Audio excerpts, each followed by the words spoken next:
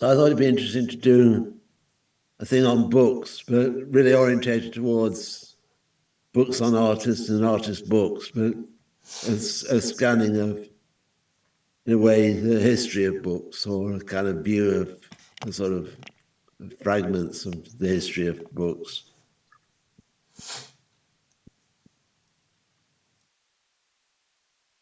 Kate, you start reading.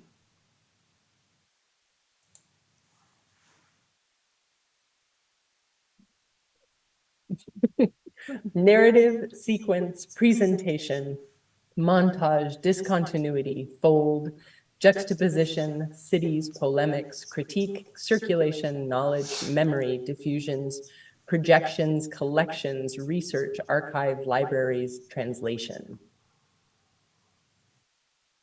The great libraries of the ancient world were the meeting points of different linguistic communities. They functioned as archives of all that was known or recorded as known. Each book produced was touched by a sense of wonder of what it is that it was capable of moving.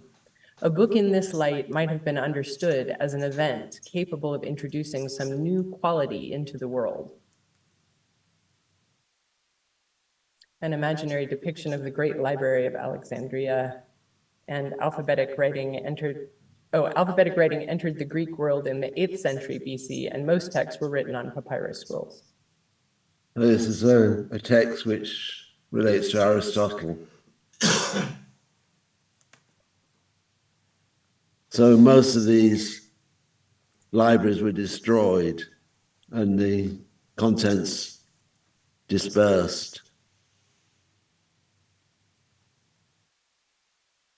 This is the earliest known Bible. This Ethiopian Bible is the oldest complete Bible in the world and the first that is illustrated. So you can imagine that books were incredibly valuable. I mean, incredibly valuable and rare. These are the earliest known Buddhist manuscripts dating between 1st BC to the 3rd CAD.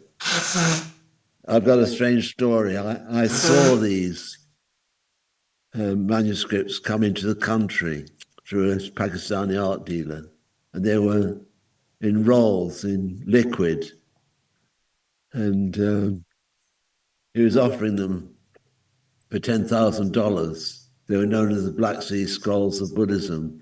Eventually, they were sold to the British Library because the text is Kharoshthi, a disappearing language. There's only about 4 or 5 scholars in the world who could read what was on them. So they had to preserve them and read them. But it's only recently they were found. They were found in a cave in a big terracotta pot. So there's still things being discovered.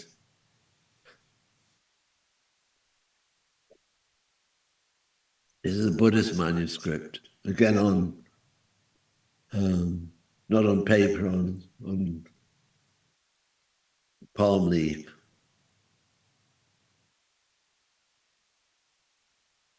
Fragment of the oldest known Quran, 1,370 years old.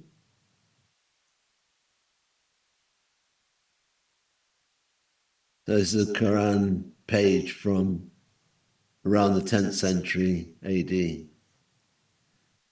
It's almost like a musical score, so it's emphasizes the reading process, the reiteration process.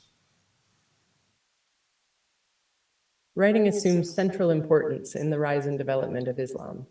The production of Qurans is invested with high levels of decorative embellishment of the word that assumes the purity of aesthetic expression as a form. This page in Kufic script is Persian from the 9th or 10th century. This is a medieval manuscript.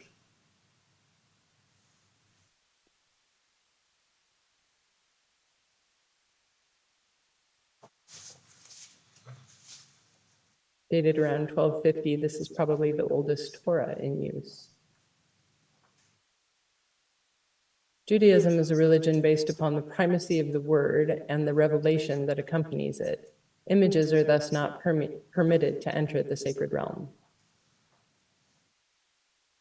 Ma Yun, 1160 to 1225, Album Leaves of Water series. So his album, so open leaves, folded leaves, but they were like a book. They show the conjunction of calligraphy, the image, and poetry. Papermaking was discovered firstly in China, Han Dynasty, and some of the earliest forms of woodblock printing, 9th century, followed this invention. Painting on either paper or on silk took the forms of scrolls, but also as album leaves, which is exemplified by this painting by Ma Yun. There was always a close relationship between poetry and painting that was mediated by the art of calligraphy. The Great Age of Mughal art lasted from about 1580 to 1650 and spanned the reigns of three great emperors, Akbar, Jahangir, if I said that right, and Shah Jahan. Many manuscripts were produced in this period. Mughal painting was born out of a synthesis of Hindu and Persian miniatures, as well as elements of European oil painting and drawing.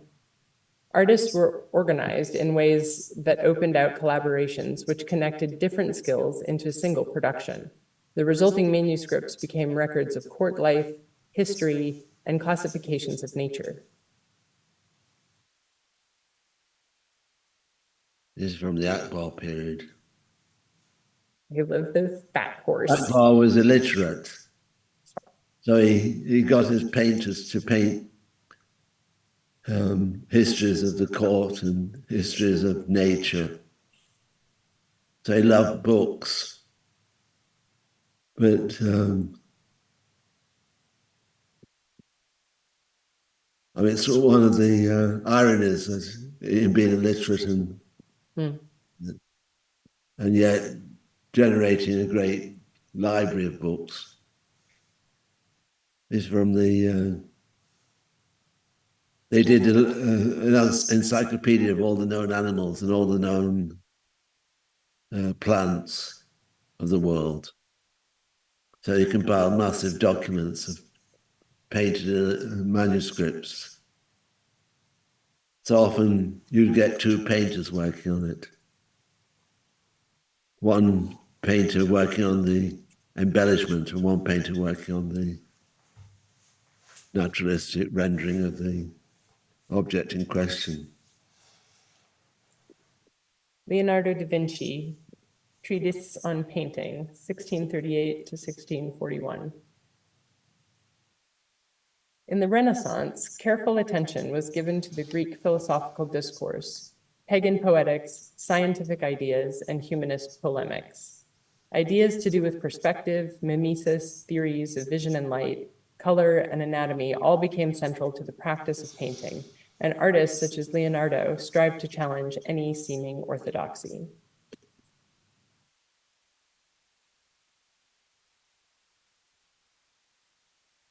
That's a page from one of the notebooks of Leonardo. It was incredible, the range. A lot of them in the Queen's Library. Book of the Ptolemaic Geocentric Conception of the Universe by Bartholomew Vallejo, 1568. Vallejo. So the Renaissance wasn't just the discovery of new knowledge, it was the discovery of ancient and archaic knowledge, particularly works of Aristotle were revived. Through Arabic translations, they went from the Arabic back into European languages. They were lost to European languages for a long time in the Dark Ages. A translation, of Aristotle published in Venice in the late 15th century. Many Greek texts started to appear after being lost for centuries by virtue of Arabic translations.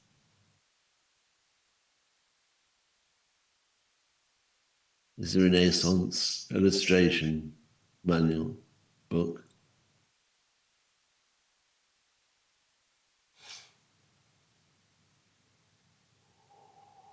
Shall we have somebody else read? Yeah, Jessica.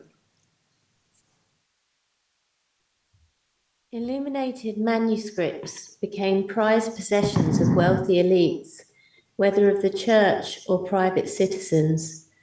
Knowledge was both a form of power but also social prestige.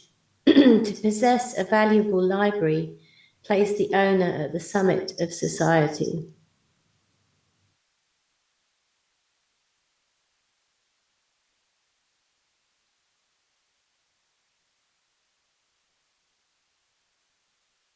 And this is what changed the situation as far as books. Johann Gutenberg developed a machine called the printing press in around 1436 by making movable type that could fit into frames on the printing press. This replaced handwritten modes of documents, which were by their nature were only available to elites. This was a technological revolution that ushered in immense changes in the social structure. This is a Hiroshige. You use of woodblock printing for producing a sort of democratic art or art for the middle classes in emerging classes or middle strata in Japanese society in the 18th and 19th century. The woodblock culture of the 18th and 19th century saw the development of a democratic art form that was widely available outside of social elites. They were produced on a relatively large scale and were understood as a popular art form for a newly emerging middle strata of society. These are drawings of Hokusai.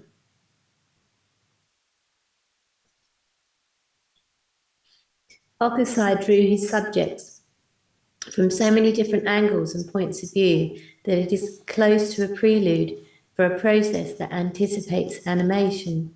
His influence on painters like Van Gogh and Degas was immense.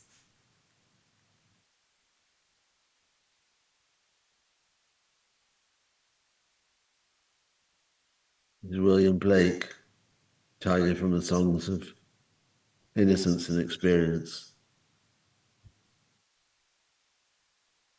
So he's largely a printer. This is Turner's sketchbook or sketchbooks.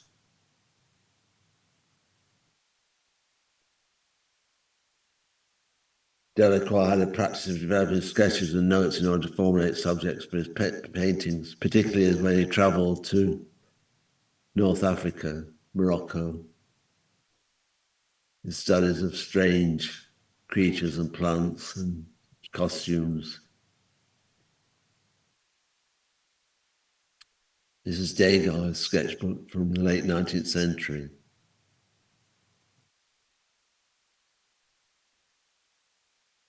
And Gauguin took the notebooks with him to the South Seas in order to place his art into a new reality.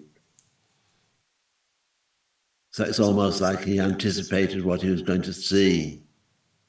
He took postcards of Javanese sculpture and Egyptian art, and so it was almost in his mind he was kind of trying to work out a paradisal image.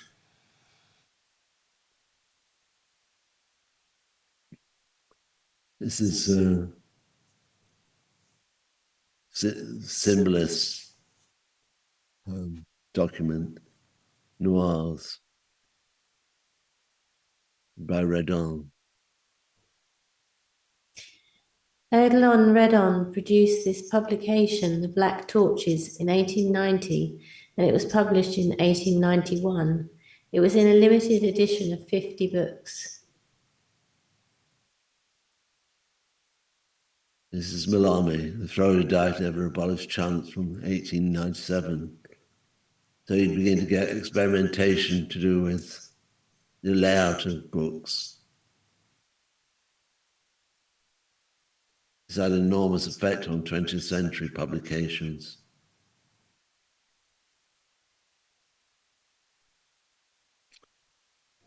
This is a book on George Braque by Apollinaire.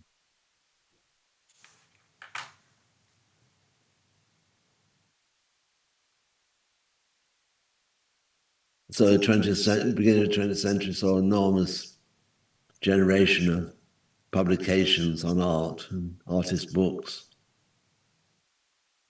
These are German expressionist books between the year of 1905 to 1925. It is distinctive animation of word and image using very much woodblock techniques which revived Renaissance. Artists like Dürer became revived, but a street quality to them, which later on you find in these fanzines in the punk period. Kandinsky published his thesis on spiritual and art, which was influenced by esoteric theories from both Eastern and Western sources from 1910. So the importance of manifestos in early modernity can't be overestimated.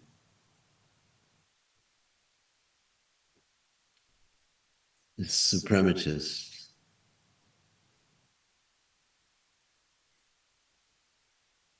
Malevich.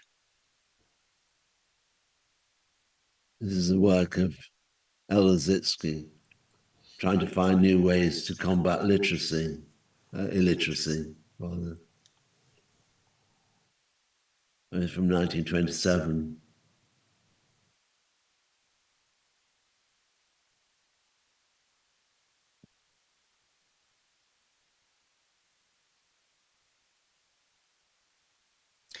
El Lissitzky was a multifaceted artist who worked across all the separate mediums of design and art. He was attempting to discover new ways of communicating ideas with these book designs. Paul Klee kept systematic notes in his teaching structure in the Bauhaus, and they in turn became a rich source of generating approaches to colour and line in art education.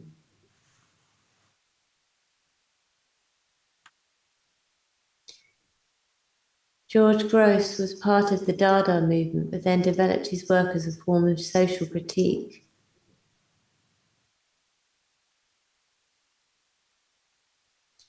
John Hartfield, 1891 to 1968, developed photo montage in order to form a critique of the development of National Socialism in the 1920s and 30s.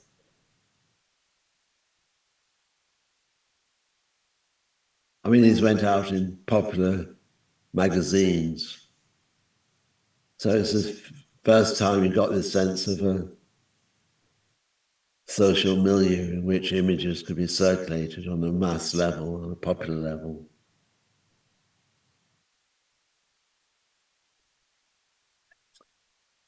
It's André Breton, Manifesto of Surrealism.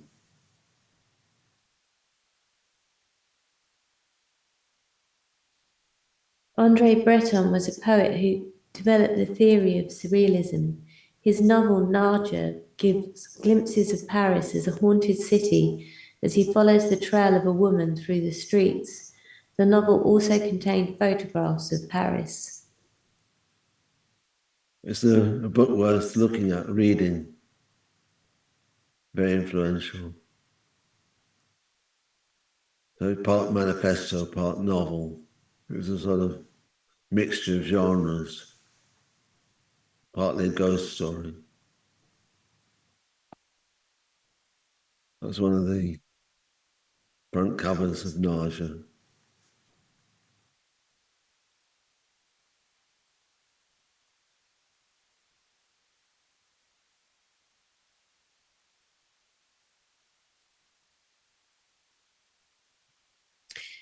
Lautréamont was one of the 19th century figures who inspired the Surrealist movement because of his extreme disjunctive poetics.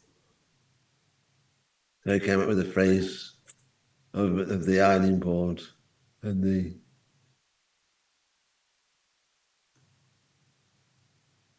famous iron boards is the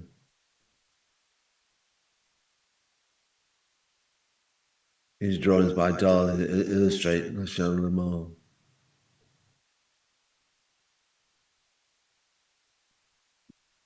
Shantum Maladora.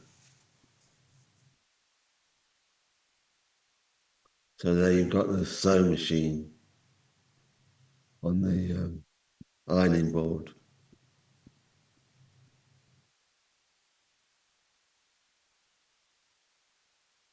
This is Max Ernst. He used 19th century illustrations to make new collage realities.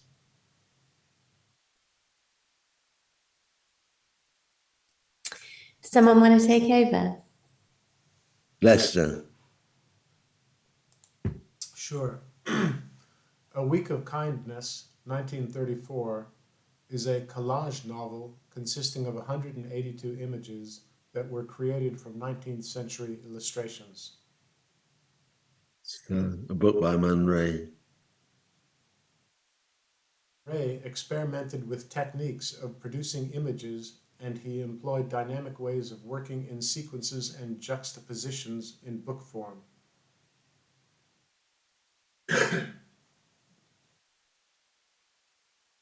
This is a poet Paul Eluard, worked with various surrealists. Certainly was a close working relationship with Max Ernst, but here is Miro. A collaboration between Juan Miro, Paul Eluard, and the publisher Gerald Kramer, A Toute Épreuve, was published in this edition in 1958. The poems were first published 30 years earlier. Eluard tended to work closely with artists in the publication of his surrealist poetry. This is Paul Eluard and Picasso.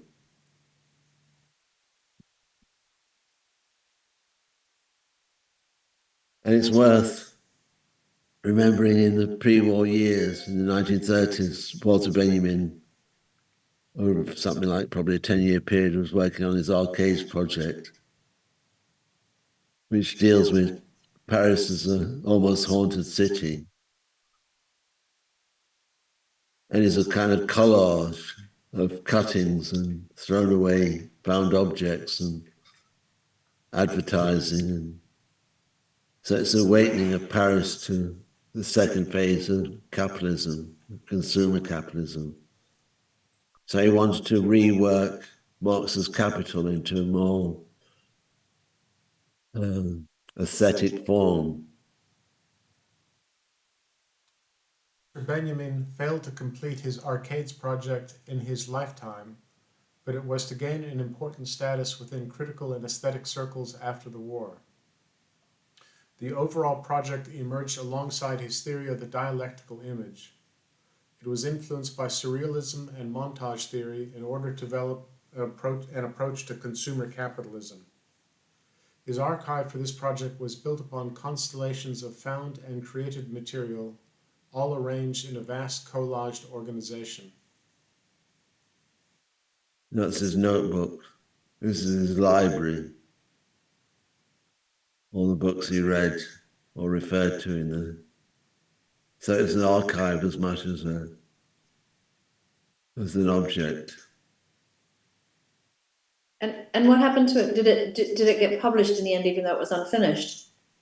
It was the documents was edited. There was a team of people who edited, and so it took about 30 years before it wasn't published until I think the 1980s.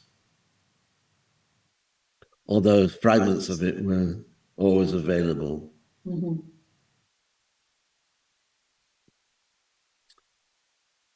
I mean, some of it was published in 1969, I think it was, under Baudelaire, the poet in the era of high capitalism, by Verso Books. So part of it was available. The sense of it was available. And then various scholars did summaries of it. Susan Buck-Morss, American, did a commentary upon it in the late 70s, early 80s.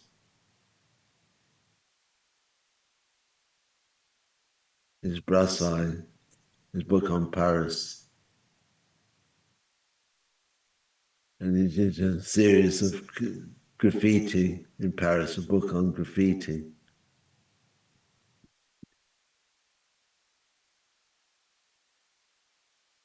Here's drawings of Matisse on Stéphane's Mallarmé's poetry.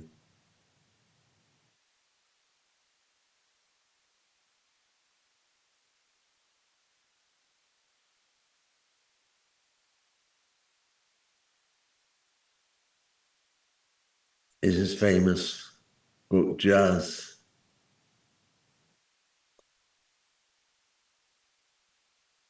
Jazz, 1947, was a limited edition art book that marked his transition to a new form of medium that linked drawing to color.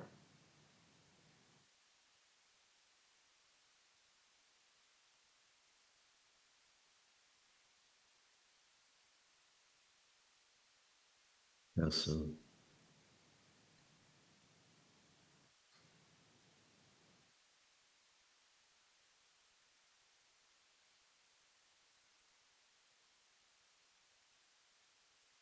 Giacometti, couple facing each other. It's one of his notebook pages. And you can see how he was influenced by Egyptian art, this sort of superimposition or this drawing from Egyptian. He visited the Louvre a lot to look at Egyptian art. It had this frontality, static frontality, which derived from Egyptian art.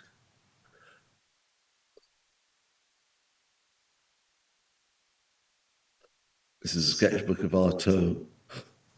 He did hundreds of sketchbooks when he was in the asylum in Rhodex.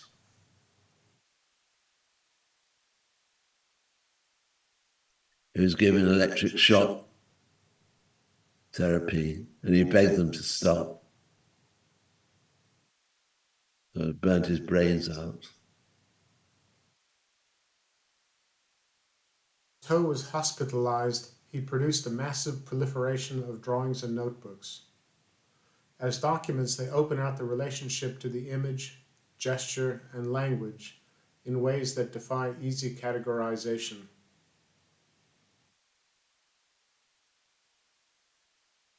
Is Jean Genet's Querelle de Brest, which was made into a film by Fassbinder.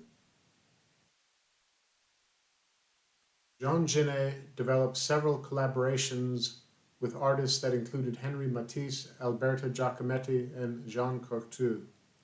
Artaud, sorry. On the Road was produced as a single scroll of text, which corresponded to the feeling of both the journey and the flow of consciousness that went with this unfolding narrative. That's the original document. It's one of the most important photographic books in modernist history. First published in 1958, the Americans. It changed the whole direction of photography, particularly documentary photography. Notice how the black Americans are sitting towards the back of the bus. It was not accidental.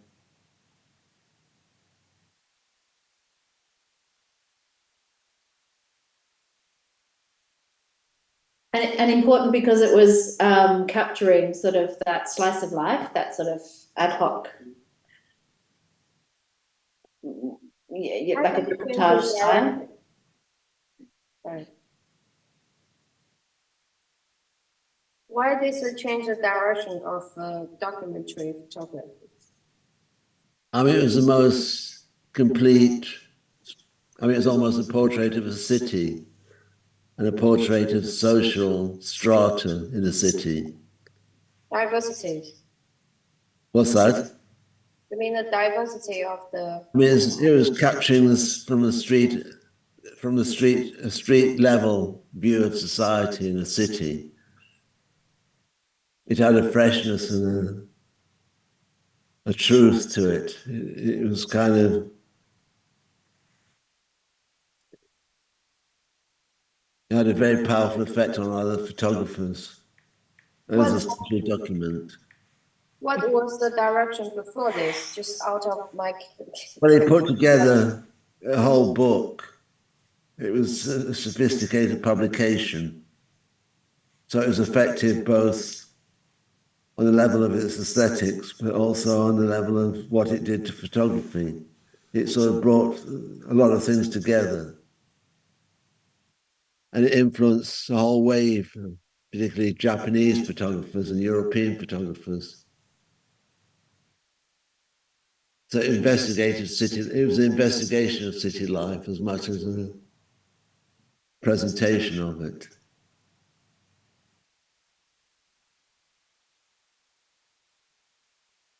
And it transcended in a way the documentary. I mean, there's a level of construction in it as well.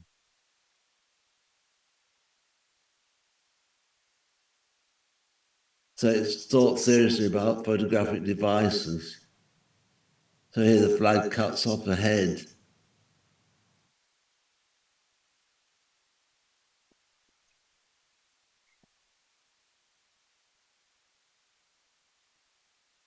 And he followed up by doing a book on Paris.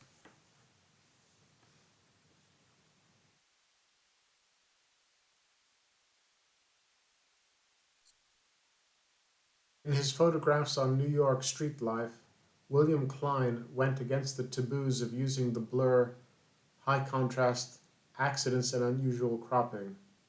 His book of photographs of New York was published in 1956.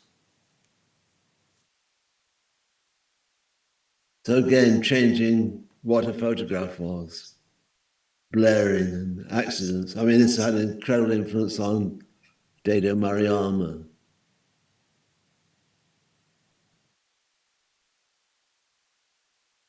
Isidore Issou, Hypergraphic Novels, 1950 to 1984. The Lettrist movement served as a link between Dada, Surrealism, and Situationism. Starting in Paris in the mid-40s, it generated a massive archive of works in different media. Well, it's typical of the graphics of the Lettrist movement.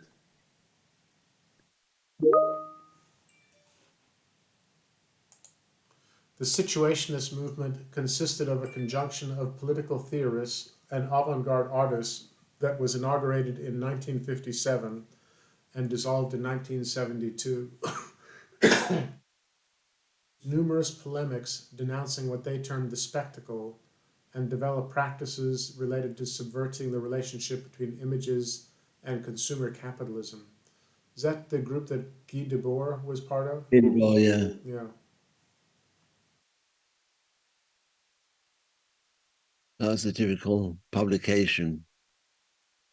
And you can really see these I mean, they really influence, especially the punk relationship to publication.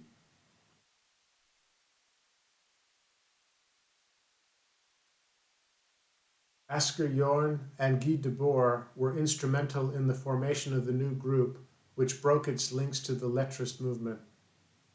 The early experiments related to linking aesthetic and political ideas in order to overcome the rigidity of the traditional forms of left-wing theory and practice. Polemics were linked to systems of graphical notations to subvert the process of signification. This is the book Society of Spectacle by Guy Debord, which was published in the late 60s. It was translated into English in around 1970.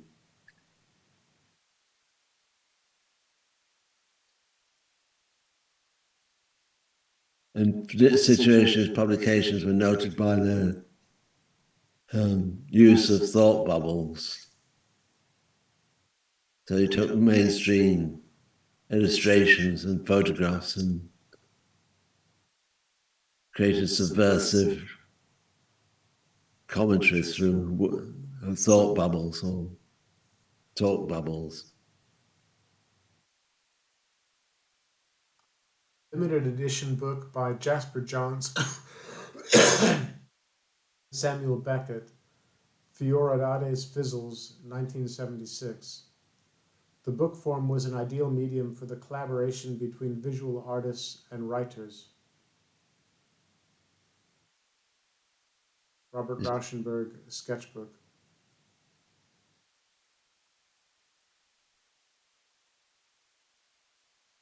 This is Cy Twombly. Pass the baton on to someone else, I think. Okay, who'd like to go?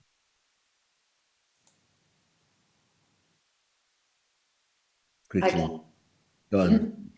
Cy Twombly developed a pictorial language which navigated words on printed surfaces as well as graffiti and walls.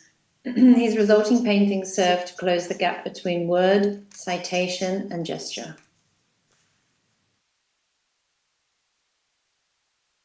Here's a book by untitled book by Philip Guston. All through his life, he worked very closely, or had a very close relationship with poets.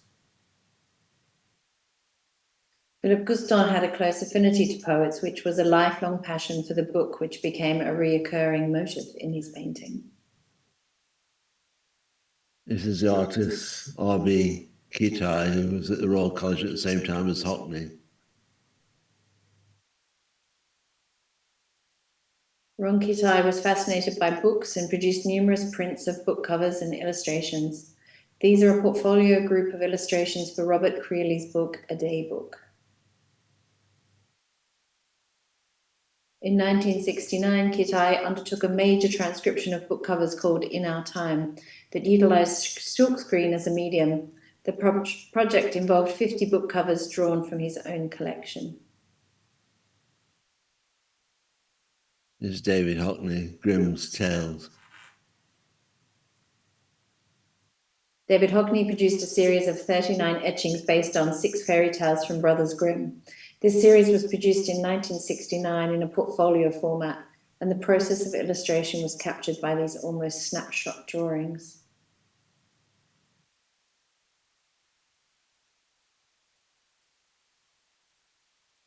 The painter Joan Mitchell had a close affinity to poetry and in the employment of poetic use of language and gestural processes of inscription. This is reflected in her practices of developing sketchbooks. There's Joan Mitchell.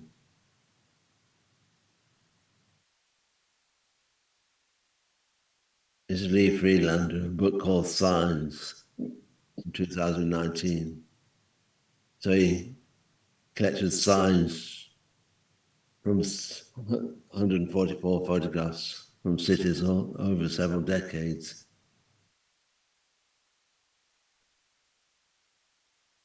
This is Lee Friedlander.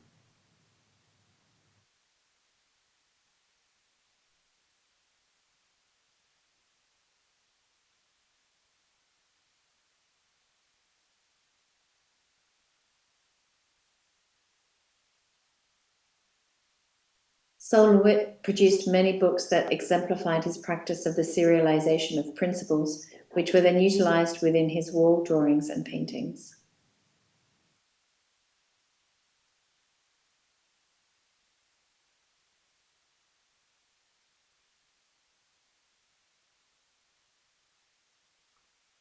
Stadio Mariama.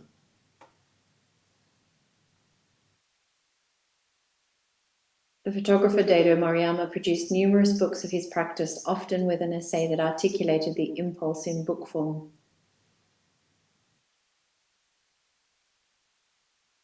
Nobuyoshi Araki produced much of his work in book form, which was later to include gestural marks with the image. This is a book by Izumi East Meets West, which had a huge impact upon fashion photography. And he used photographers to develop a relationship to his fashion. So this is Irving Penn.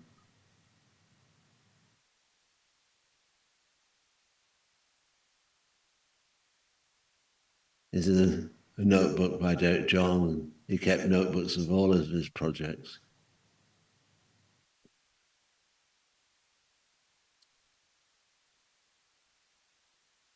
And some Kiefer created imaginary books in libraries made out of sheets of lead.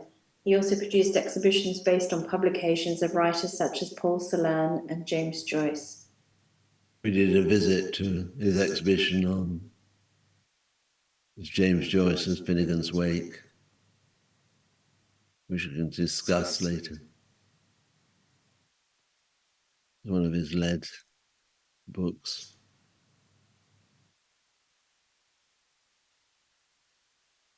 This is a book called Penetralia by the artist Sarah Lucas and his partner Julian Simmons.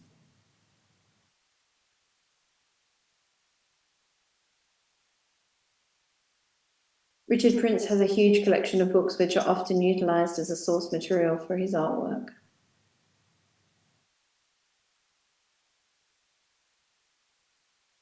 Andre Serrano works on thematic series such as The History of Sex, Morgues, Street People, and Religion. This Salaman.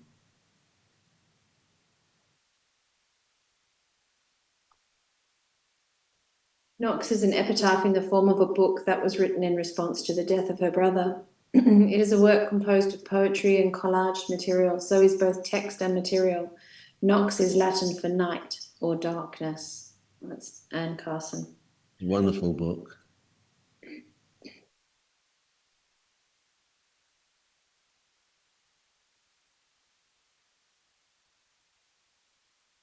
This is Enquara, a book just called 1 Million Years from 1999. So it's a millennium book. The idea behind the seemingly endless project is to generate an infinite library. These books which compose this work consist of publications reconfigured with multiple techniques based on collage, montage, and discontinuity. In part as it is inspired by the short story writer Borg. This is a collaborative project of Haris Epanmionda and Daniel Kramer. This is one of the books. They just create interventions into books, sometimes reconfiguring the book entirely and sometimes just altering some of the graphical notations. And this is one of the exhibitions of the library.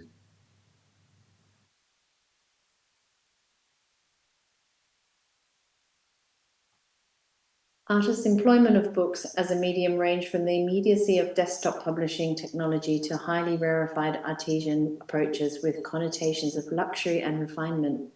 The book also records the memory process of aesthetic process in the form of sketch and notebooks, which is part of the being alone in the studio.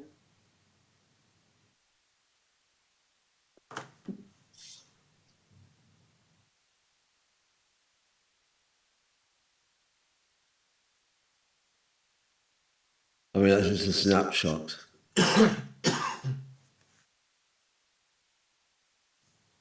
But I think it gives rise to a feeling that the book form is still evolving and is still potent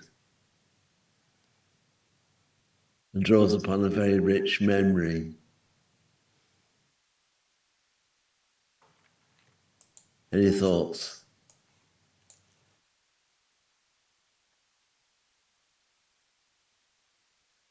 Go Go on. ahead, Sharon. I was just going to say, of all the images, Rauschenberg sketchbooks were the most disappointing. It looked like a sort of a school project book where it was sort of cutting and pasting an image and very neatly writing text beside it. That's all I could find. I'm sure there's some more interesting. Okay, that was his grade 8 book. Yes. Okay, I'll give him a break.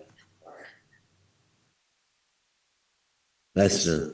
I was just going to say, in the world of architecture, the polemic or the treatise has been very important since really Renaissance times. And for architects to break through, they've usually had to have some form of a treatise or writing behind them, whether it's Corbusier or Rem Koolhaas or Frank Lloyd Wright or Alberti or Piranesi or whomever. I mean, within the avant-garde context, the manifesto was usually important in the early 20th century. They really drew together. They announced the movement was there. Before the manifesto, there was just a tendency. And very often it was poets who wrote the manifestos.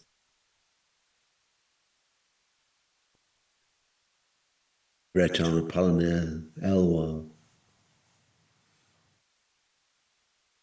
I think we've done a presentation on this before.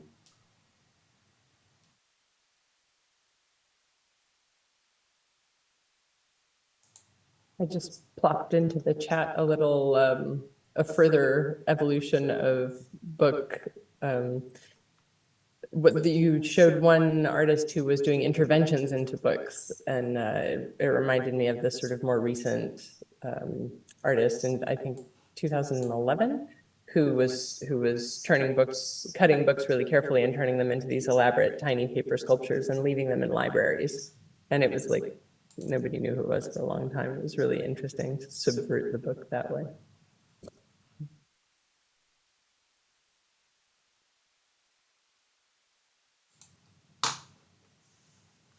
Any more questions or thoughts? So how do things change, Jonathan, when, let's say, the printing press in Gutenberg came around? Obviously, it was a revolution, and you were showing some of the libraries of history, but nowadays any of us can hold all the contents of those libraries and more on our single iPad. So how does the proliferation of information and polemics and treatises and theories kind of change our position in the world? I mean, it changes the relationship we have to archive, but it doesn't necessarily change our relationship to synthesis. So how we synthesize the material at hand is still at stake. So how we might find form for something. I mean, the electronic media threatens the dissolution of the library and threatens the dissolution of the book form. But equally, it can be seen as a renewal of the impetus towards the book.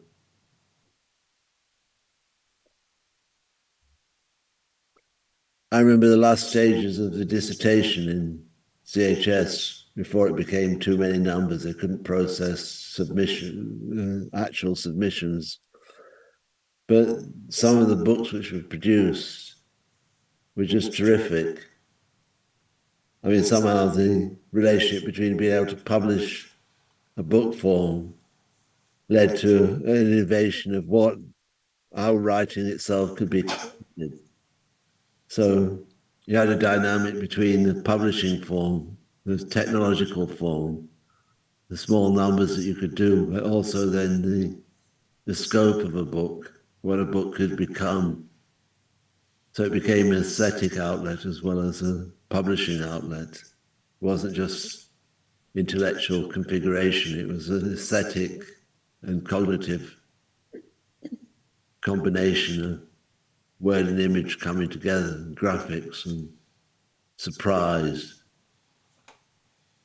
It changed writing quite profoundly. I mean, it's regrettable that it sort of ceased because it was one of the great forms which came out of the Royal College. There was also a kind of print revolution around the early 60s.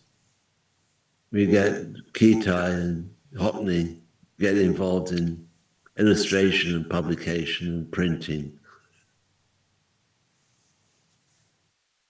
So you had a similar, although much slower, more artisan approach to printing. It still saw the rise of innovations in terms of the relation of graphics, image, and gesture. So it was a little story in the Royal College about publication in the post-war years.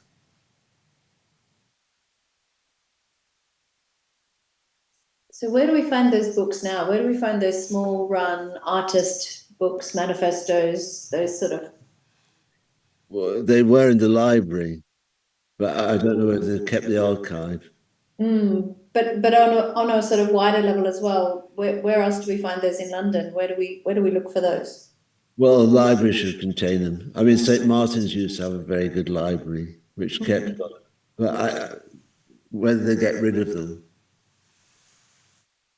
whether they keep them or not, I mean, it's one of the things that you need a historian to, or an archivist to kind of emphasize the importance of these kind of more ephemeral. I would Suddenly, museums have suddenly woken up to the fact that they didn't collect a lot of the, for instance, conceptual books at the time. A lot of conceptual artists did books.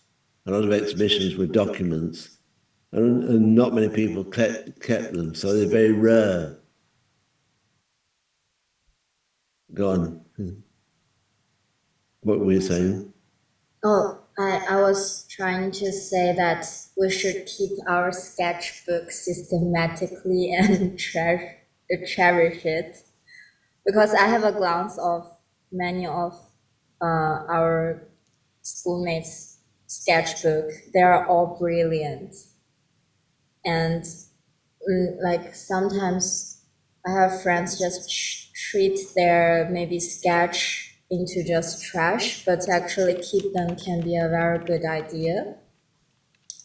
And one of the most like memorable sketchbook that I saw it's from Irina.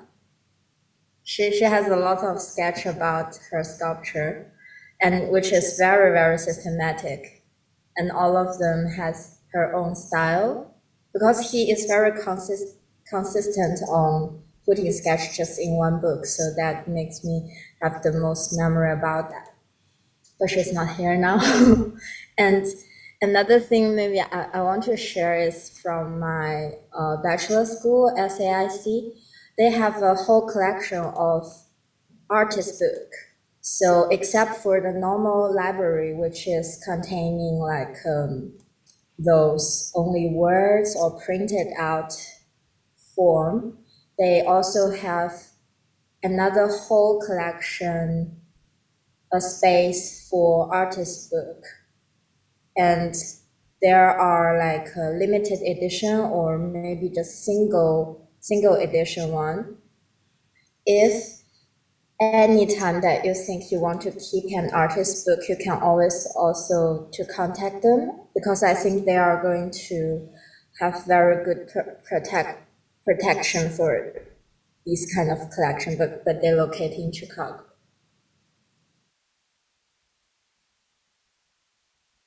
I was also in exhibition. I went to see the Sugimoto exhibition on Friday, and I was overwhelmed by. I mean, I doubt there was a single image, a single photograph which was a centimeter out, or a lighting that wasn't perfect.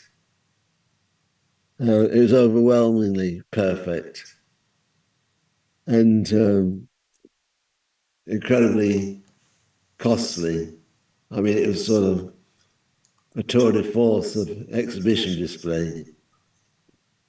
And I was thinking that the notebook and the artist books are the opposite. They're provisional, they can be rough, can contain a kind of movement and impulses, and don't have to aspire towards a techno art, which is just unsurpassable.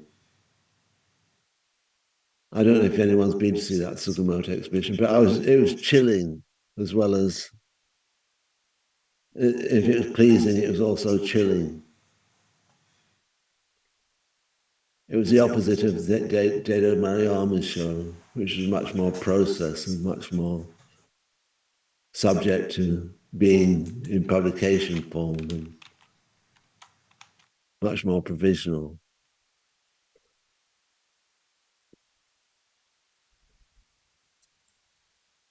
Any more thought? We've got a presentation coming, but just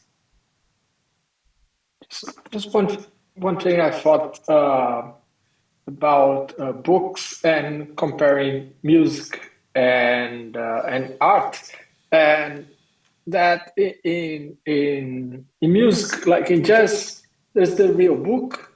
It's a book like it's a compilation of songs that people know.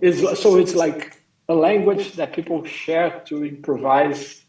So it's kind of a book that everybody has, and I don't think, and there's not. It's like having a Bible or a Quran. So it's something that unifies. Of course, each artist produces lots of music, and you can find the writing of music for each composer. But I like this idea that in the 70s they compiled a selection of songs that's published, so people improvise on them around the world. I think in art, maybe the Do It, the Hans Ulrich book had a kind of similar role, but it's funny not having the equivalent of the real book in the visual arts. Just as a curiosity, difference of the media.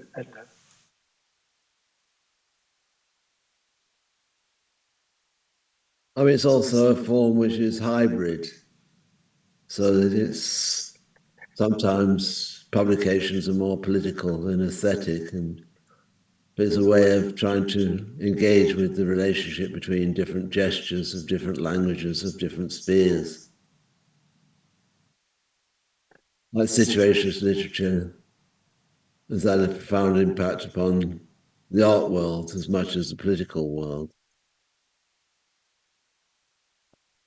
The Provoke magazines of the Japanese photographers in the late 60s, Provoke was both political and aesthetic. People probably become more aesthetic now than political. But they offer up immediacy and mobility and sort of democratic distribution.